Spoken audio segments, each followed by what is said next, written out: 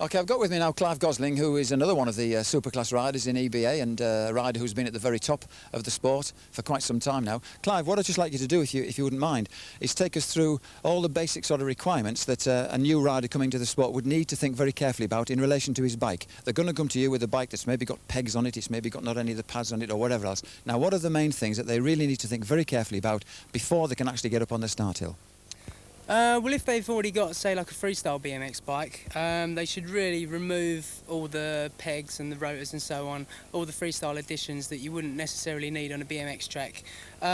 If the pegs are welded onto the bike, then they would need to be taped up or covered up in some way so that if he was to be involved with a tussle with another rider, nobody would get injured and so on. Apart from that, all you really need is your safety pads.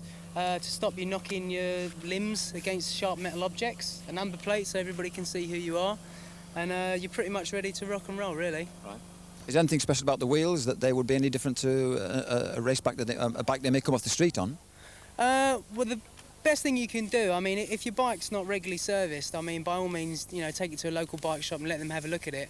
But as long as all the nuts and bolts are tight, you know, everything, you got proper tension in your chain so it's not going to fall off. Because, you know, when you're sprinting at a rapid pace, as you would do racing a BMX, then everything needs to be adjusted perfectly.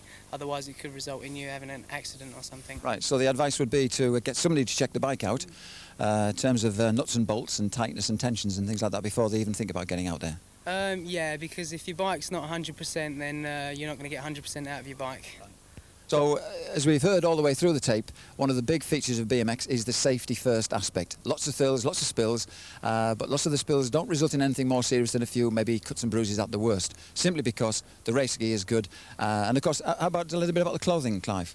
Yeah, by all means, when you come to your first BMX race, all you really do need is a pair of training shoes, long trousers, preferably jeans and not training bottoms, because if you do crash with training bottoms, they don't really protect you that well. A long sleeve shirt, a helmet, and mouth guard and gloves. I mean, anything will do, gardening gloves, and you're away really. It's not an expensive sport. You don't need a lot of, you know, real high class equipment to do it. Right. But just be well prepared, you know. Yeah.